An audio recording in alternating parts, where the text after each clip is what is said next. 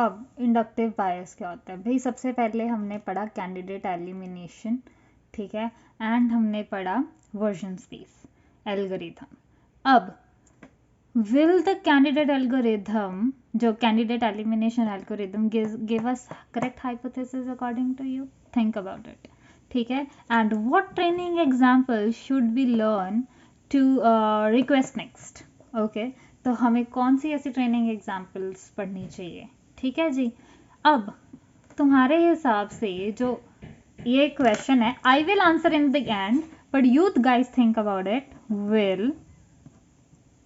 Will the candidate elimination algorithm gives us correct hypothesis according to you? ये अपनी class में teacher से भी पूछना. Let's see if he have or she have the answer to it. Okay. And if it gives, अगर उन्होंने बोला yes or no, तो अगर yes है इसका एग्जाम्पल, फॉर एग्जाम्पल इसका आंसर yes है, तो if it gives the correct hypothesis, so on the what basis, on the what condition it gives us the correct hypothesis.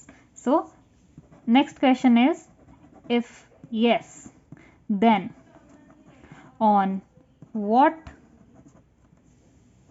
condition or basis it gives us correct hypothesis. So this is my question to you guys. I will tell in the video end, so make sure you see the whole video, or you can just skip it to the end if you want just the answer from this video. So what is inductive bias?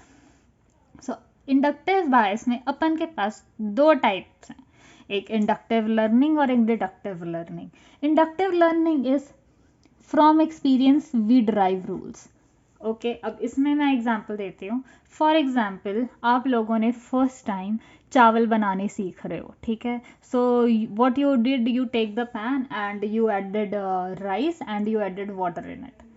तो तुमने क्या किया, 2 कटोरी चावल में 1 कटोरी पानी डालकर सीटी लगा दी उसकी. जब तुमने देखा तो वो नीचे भी लग गए, कुकर तो ख़राब हुआ ही हुआ, तुम्हारा चावल भी ख़राब हुए, मेहनत भी वेस्ट हुई, और जो तुम्हारे चावल ये कच्चे कच्चे रह गए, ख़राब बन गए. ठीक है, अगली बार तुमने 2 कटोरी पानी के साथ ना 2 कटोरी चावल डाले, सेम अमाउंट, फिर भी तुम्हारे हल्के हल्के कच्चे रह गए.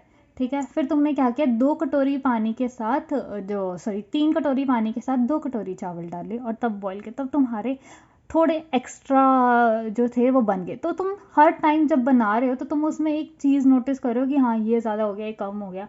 तो ये इससे तुम क्या कर रहे हो, यहाँ पे तुम अंडरस्टैंड कर रहे हो like how to make your rice perfectly, you are understanding that.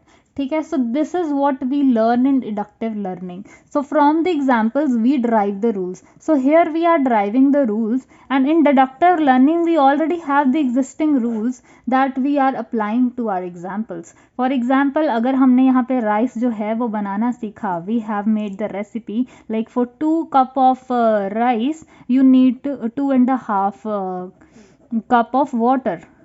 Okay, this is how you make the rice. Okay, so this is your recipe.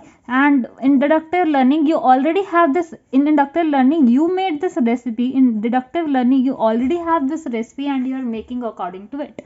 So this is in inductive learning and this is deductive learning. I hope आपको समझ आया हो. Now यहाँ पे 2 type के आपके पास hypothesis space हैं इसके बीच में. सबसे पहला है बायस्ड हाइपोथेसिस स्पेस, दूसरा है unbiased hypothesis space.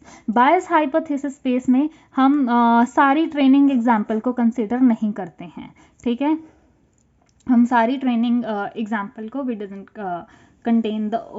Not contain the all training hype. तुम्हें पता है ये बायस्ड का मतलब क्या होता है? जब हम पार्शियलिटी या जब हम कोई पार्शियलिटी क्रिएट करते हैं उसको बायस्ड बोलते हैं, राइट. तो बायस्ड में क्या है, we don't consider all types of the training example, है ना. तो जैसे कि ये इसका मतलब बैंड होता है, तुम्हें पता होना चाहिए. तो उसका आंसर यस आ गया, तो वी डोंट डू दैट. तो अनबायस्ड हाइपोथेसिस में क्या होता है, providing a hypothesis capable of representing all the set of all the examples. तो अनबायस्ड में हमें हर एक जो है जो ट्रेनिंग एग्जाम्पल है वो लेनी पड़ती है। तो इसमें ये ज़रूरी नहीं होता, इसमें ज़रूरी है क्योंकि इसमें अगर एक भी, अगर फॉर एग्जाम्पल कोई एक और आ गया, ठीक है, और उसका आंसर नो आ गया, तो हम वो वाली ट्रेनिंग एग्जाम्पल, वो वाली टाइप को कंसिडर नहीं करेंगे, हम सिर्फ वो कंसिडर करेंगे सारी एंड वाली जिसमें मेरे पास आंसर जो है वो यस ही आए। ठीक है, समझ गए? This is biased and this is unbiased. ठीक है, तुम्हें पता होना चाहिए, इसको हम और बोलते हैं और इसको हम एंड बोलते हैं। ठीक है, यूनियन इंटरसेक्शन तुमने पढ़ा होगा, वही चीज़ है ये।